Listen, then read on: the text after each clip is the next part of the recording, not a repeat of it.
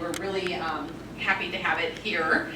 We were just talking a little bit ago about how when we first put it up, everybody was like, well, nobody's going to be interested in that after COVID because, you know, it'll be over. It was going to be over in 2021. Yeah, so we thought it was kind of funny because when it opened, it was still pretty much really in the mix of things, and it still, you know, resonates today. So we have a little bit to talk about, not a whole lot. We kind of, the last time we did this lecture together, we opened it up to questions, and that ended up being a little bit more fruitful and interesting for those of you in the audience. I think that's kind of what we're sort of planning on doing today, unless I go off on a tangent somewhere. So, anyways. But Arnie and Christine, we're happy to have you.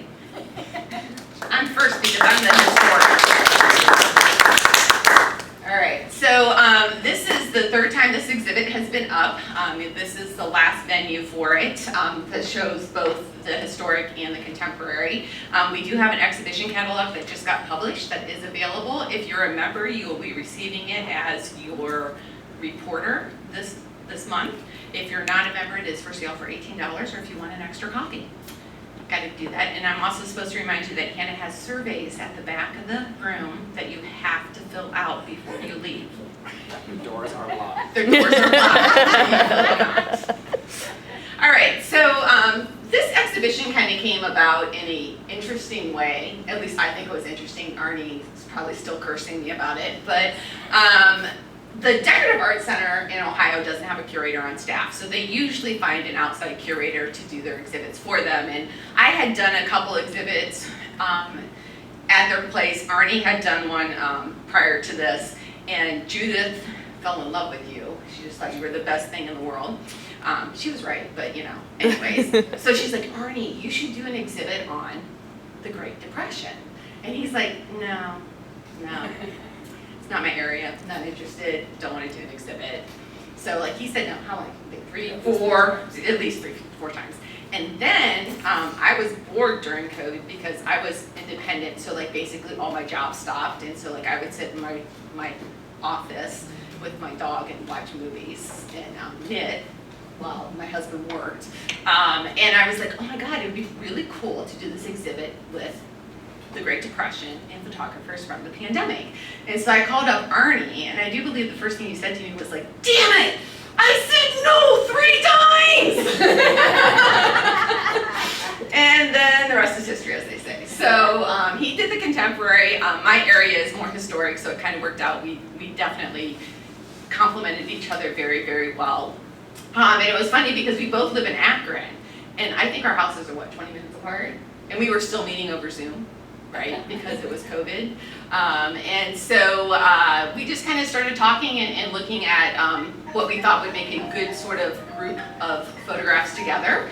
And I focused on the FSA, which is the Farm Security Administration, which originally started out as sort of this idea of documenting this resettlement that the government was doing with the farmers. They were giving them new locations to kind of build these new communities and kind of get going and hopefully get their crops going and kind of give them a living and everything. And it didn't have a really good name, Farm Settlement Administration. So then they changed it to the Farm Security Administration, and they were supposed to be documenting these sort of relocations of these areas, and then it kind of evolved into what we know today as the WPA.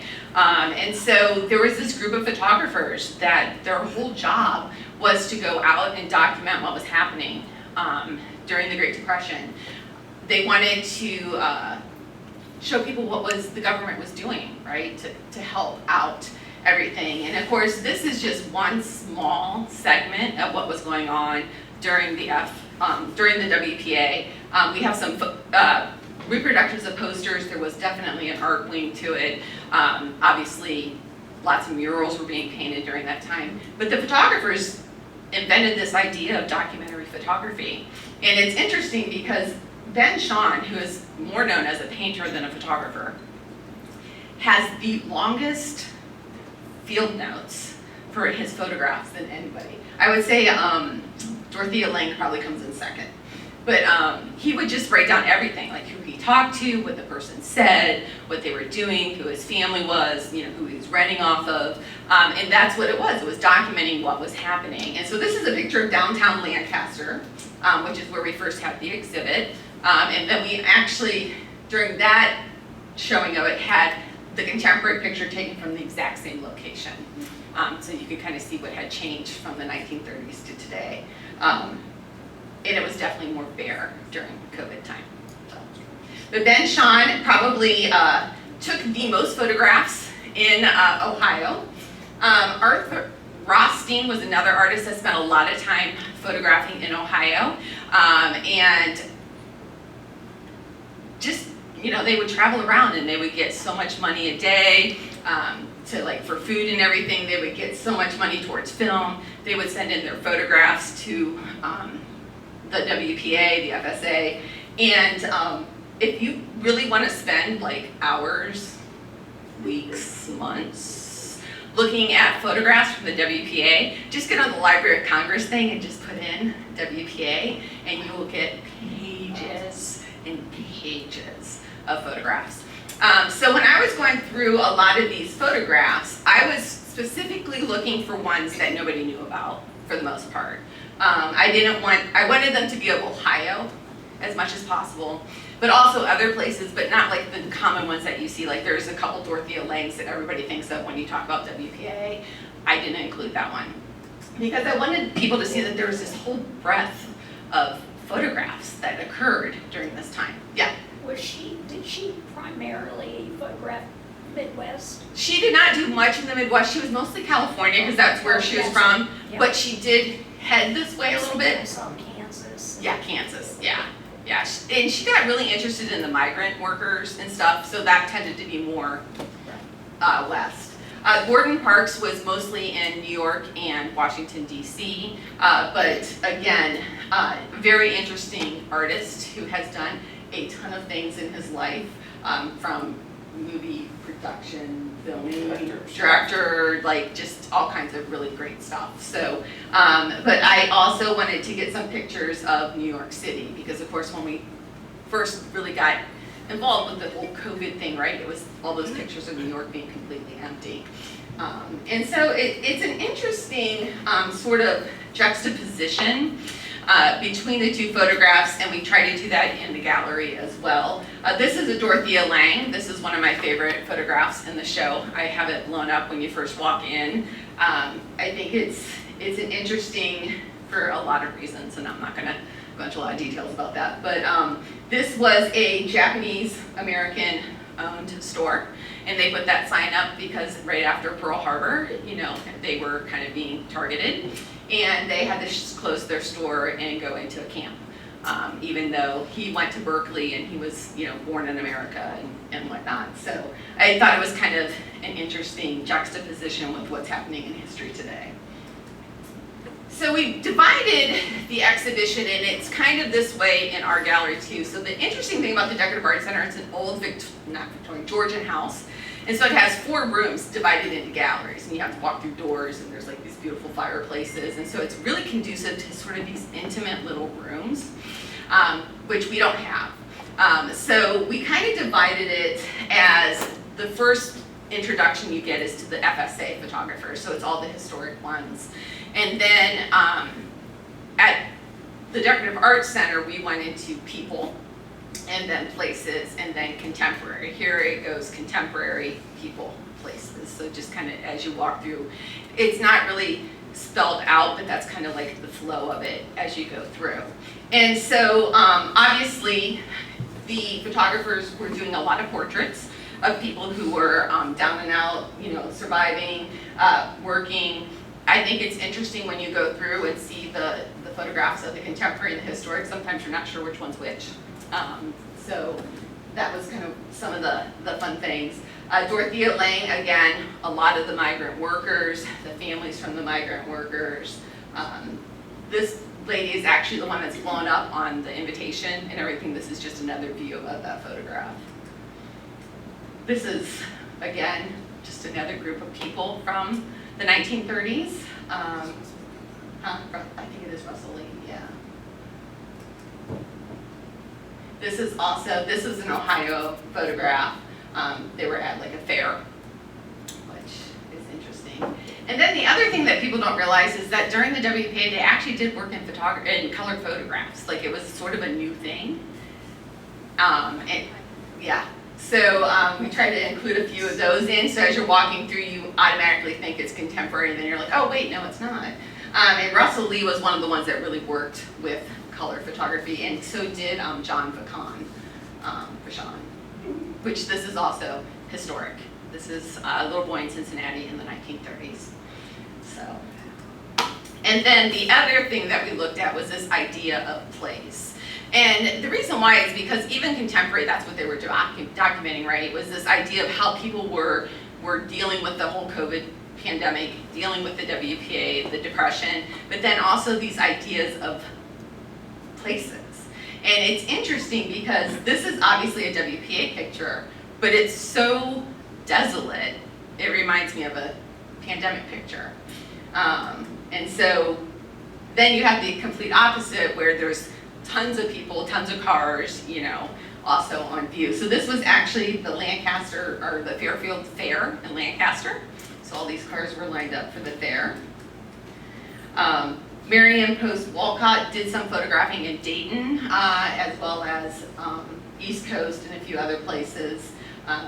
But again, just a beautiful, evocative picture. That's not a typical one. This is actually in Cleveland, Ohio. So this was the Gospel Church, which is right next to the gas station, which I think is a really great picture. And if I remember right, John was taking contemporary photographs of them. Like, I can't even remember what's there now, but it's not even built up like this anymore. And then there is Starting with this image because this is two workers working for the government doing COVID testing in the summer of 2020. But the way they're posed, it looks like the Great Depression. And I specifically chose the 5 photographers I did because all of them admire that work and do documentary work. And quite a few of them are looking to those photographers for how to make images for all of their work, but specifically during this time. And Autumn will be talking about here first. I'm going to talk about each of them separately. Really looked at those photographers to guide her eye and actually the camera and the lenses she chose to use. So the first photographer I'm going to talk about is Autumn Bland. Autumn's from Akron. She's a graduate of the University of Akron. And this is her during the pandemic. She is a busybody. She's a mom. She's a producer for a photo and video firm, constantly working, and she didn't know what to do with herself when work stopped. So she decided to create work for herself. Unlike the photographers that Christine was talking about, who were paid by the government to document the Great Depression, all of these photographers are being paid by no one, and chose to do this work because they were compelled to. So it's a really different reason for the work, but very similar kind of heart and motive. And as photographers, they're looking at things in very much thinking about those photographers who really invented how we look at documentary photography in the 1930s and using that look and that impetus for the work today. Autumn almost immediately created a body of work, and she immediately named it Portraits of the Pandemic. And she immediately started 2 bodies of work simultaneously under this umbrella of Portraits of the Pandemic, one being on the right, her stay-at-home series, and on the left, essentials. So people were doing essential work, hospital work, and then the more she thought about it, there were so many people doing essential work, grocery stores, judges and juries, you know, all, you know, government work is easy to think of. But those of us in academia, we were still, you know, teaching our students. And on the left here is Bonnie. She, I actually know her daughter went to the University of Akron. She's a mail carrier. She got bit during the pandemic, and her hand damaged pretty badly by a dog. And Autumn started a process. She just put a call out. She started taking pictures and posting them. It was one of those things that we were all desperate for images, especially those of us in the arts. And she's like, if you're an essential worker, if you're stuck at home, call me, I want to take your picture. The pictures on the right, and also look at how different these are. Not only are they black and white in color, but the folks being photographed in color, she's using a different lens, she's further away from them. She photographed myself on my front stoop with my partner, and she was across the street because she had her young boy with her and didn't want to get close to people because she was protecting herself and her family. So she's shooting people from across the street. This is Jess, Chris, and their dog Peapod at an apartment in Island Square in Akron. So she's photographing those people at a distance in their home, and everything's in focus. You can see their home, you can see where they're living, and you can see sort of the stuff around them.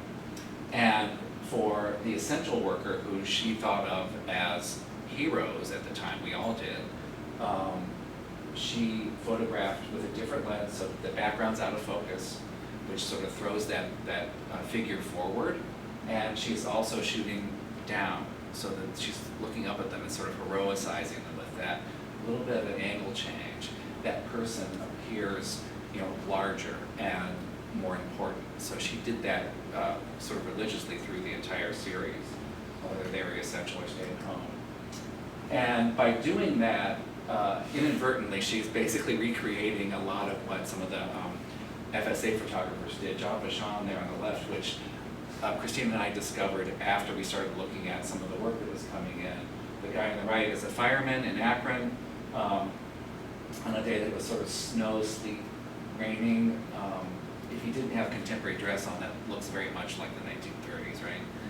And he's in front of actually an old fire station in Akron that probably was built in the 30s. And this gentleman, who I think he's not a mailman, he's a cop. But I just love these two together. And one of the first people she photographed too, she tried to find people working in medicine. This is an ER nurse who is, I think, in her third trimester. And this is the height of the pandemic in the beginning, in the spring of 2020. So she's putting her life at risk and her child's life at risk, just in the work that she was doing. Autumn met these people and became really close with them because she was approaching them as heroes, and then did something that she called later in 2021 and 22, and is still doing it. I forget what it's called, it'll be on the slide, where she started coming back to these people because she sort of got into their life by photographing them and meeting them, and then wanted to return to them. So here she is with the first image. Then later, not much later, that spring, she's all of a sudden a stay-at-home mom. So she's no longer an essential worker, she's a stay-at-home worker. Then later that year with her baby, and then a year later with child number 3 on the way. So she and her husband were busy during the pandemic, growing their family very quickly. And they become friends.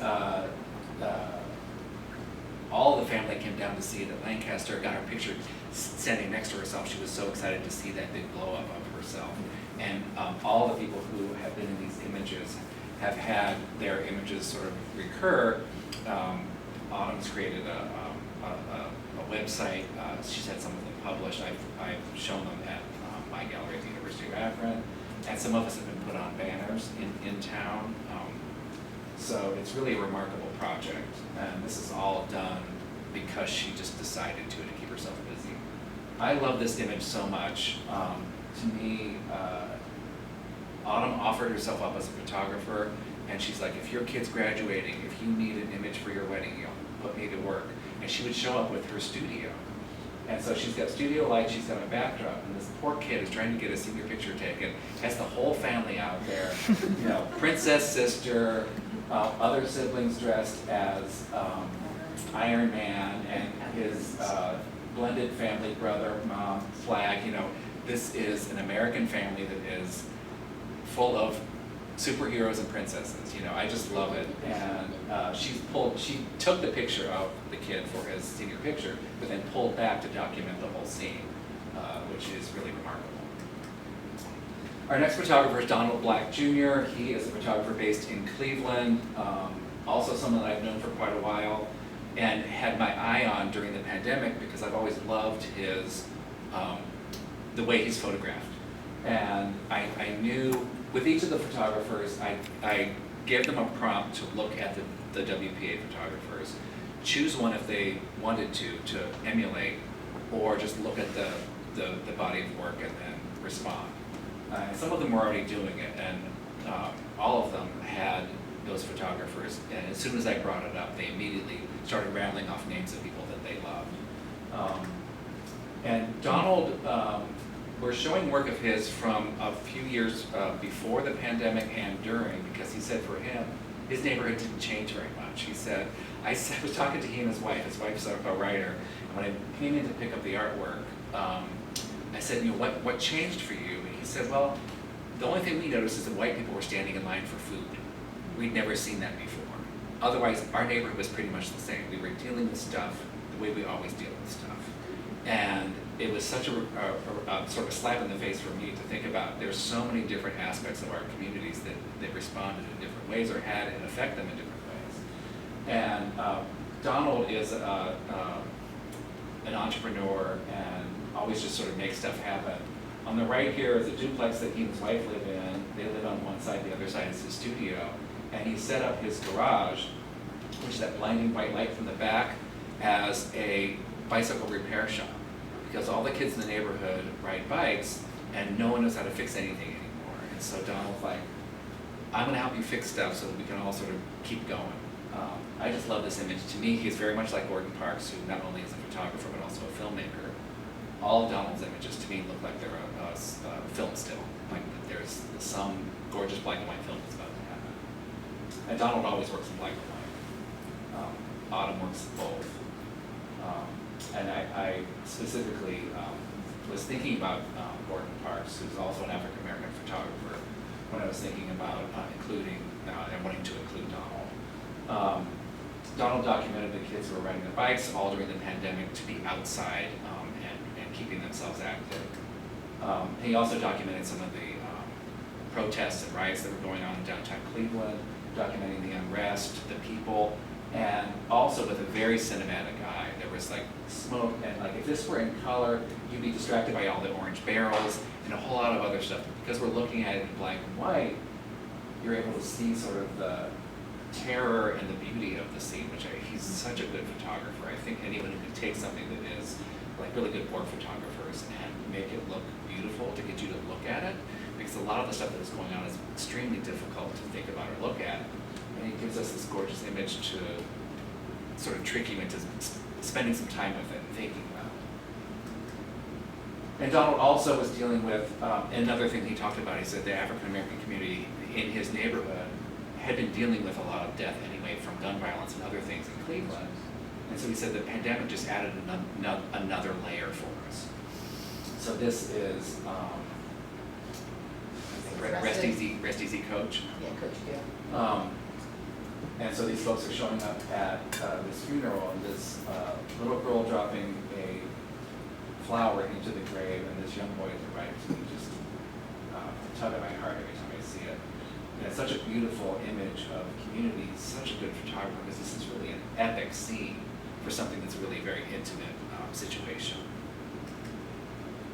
This is taken during the height of COVID, where we were told to like get outside. It was the only thing we could do was like get outside and walk. And so all the kids in his neighborhood, black, white, everybody, sort of were out on their bikes performing for each other, and he was documenting everybody sort of doing tricks, and just the beauty of this, hand just touching the ground is really remarkable to me.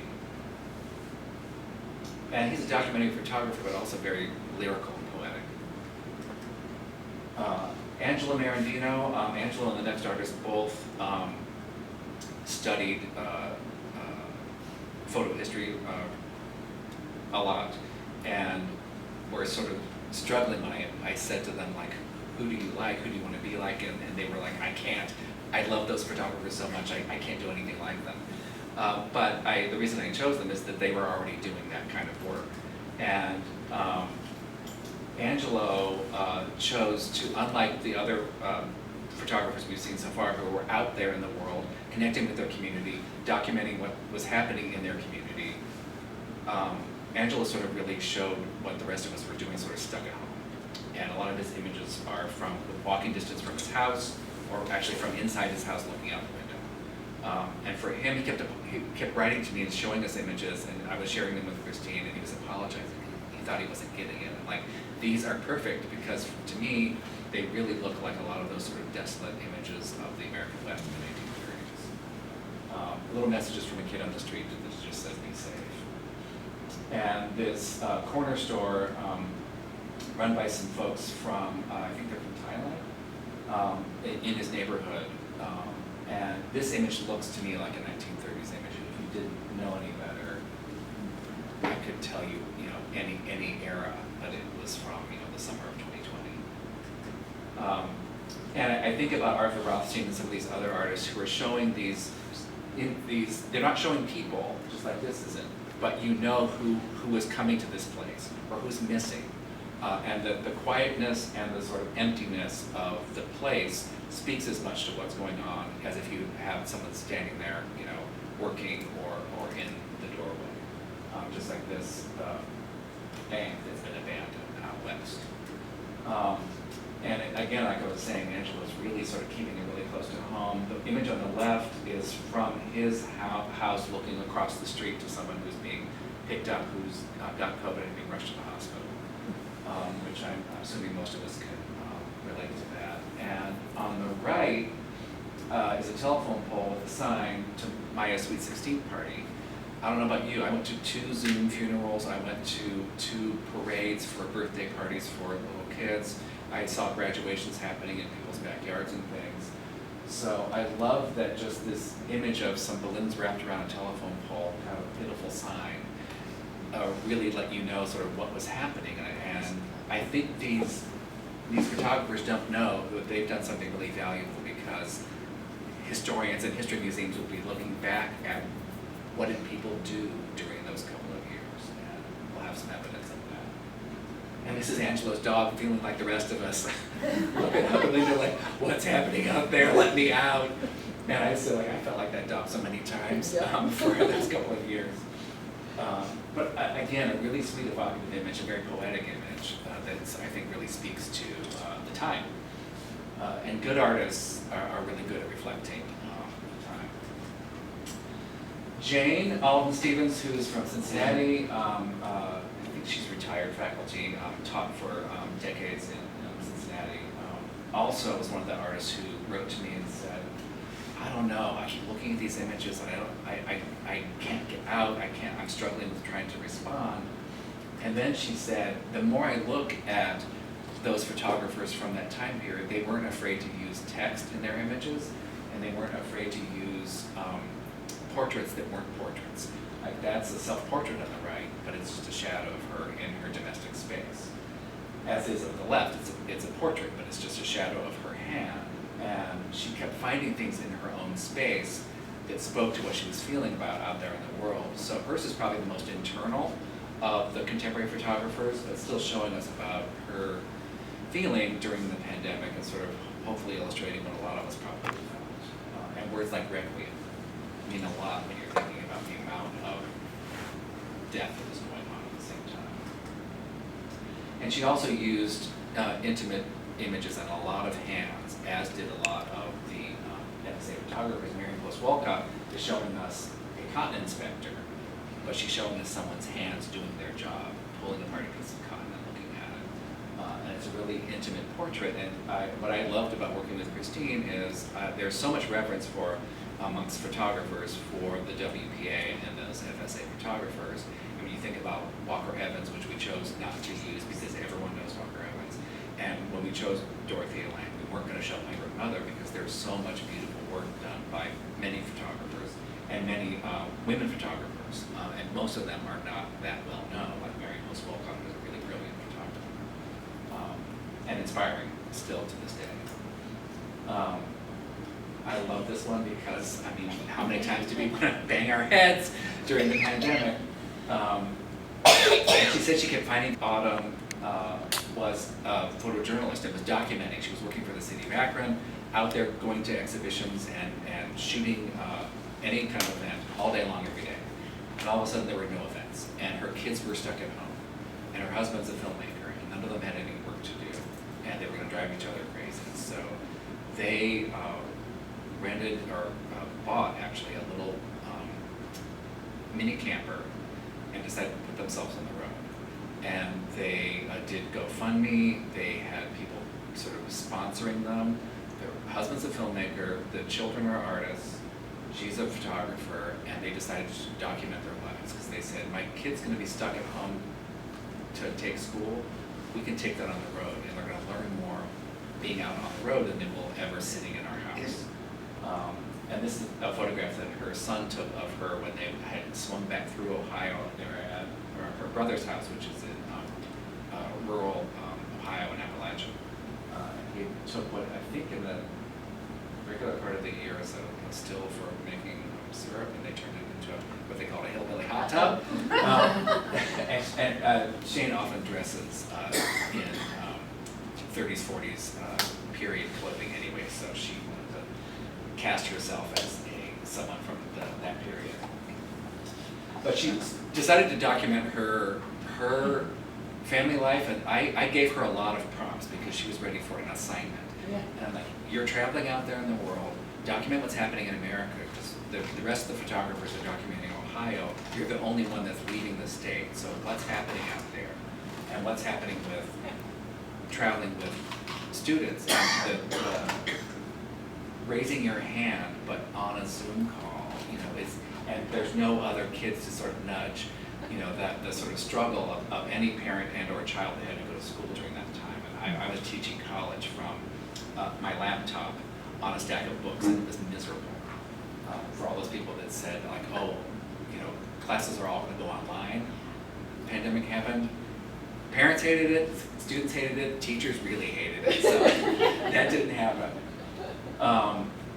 But I just love the way she is also, like Autumn, using both black and white and color. And because their family was traveling, they found themselves in places, sort of accidentally, that were really remarkably alive during that time period. They were in the state of Georgia when Georgia was flipping red to blue, and the entire country was looking at Georgia at that time. So there was all this voting stuff going on. So she was documenting empty streets because people weren't out, but there was all this stuff to see.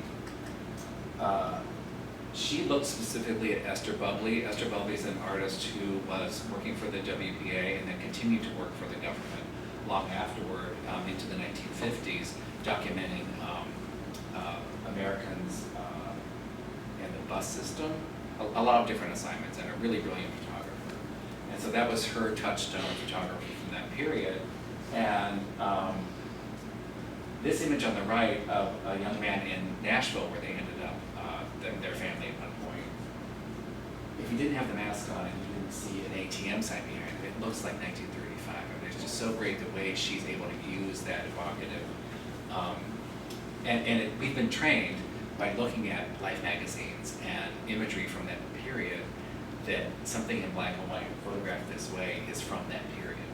And this kid, is wearing clothes that could have been worn easily at that time. I just love that. And this young woman who was a worker in, I think in a bus station, I forget which, but Esther's just a really great documentary photographer and deserves to be more well known. They were in New York City during the height of COVID, and I was just in this very spot a month ago, and I can tell you it is not this empty anymore. In fact, it was nerve-wrackingly crowded. And people still have masks on because COVID's still around, people are still getting sick. But they said they were able to walk through Manhattan and Times Square with just 3 cars. And so I love that she was able to capture this. And I kept, tracking where she was at, and I'm like, are you getting images? Because I want them for our show. She ended up in Las Vegas, and I just love that someone documented the whole mask phenomenon, that they went from being something that was helping us from getting a disease to sort of a fashion statement, and none of these were protecting you very well from disease, we found out much later. But people wore faces of faces. I read a lot of people that wore like cats and all sorts of crazy things. And there's a great image in the exhibition of two Las Vegas dancers walking down the street with their masks on and their feathers. And I ended up in DC a couple of times, and this is not the image that's in the exhibition, and it's not in the book either. Right, it's an alternative take, which I really love. There was an artist who was commissioned to do a piece on the mall in the center of DC, and she decided to make a little white flag, not unlike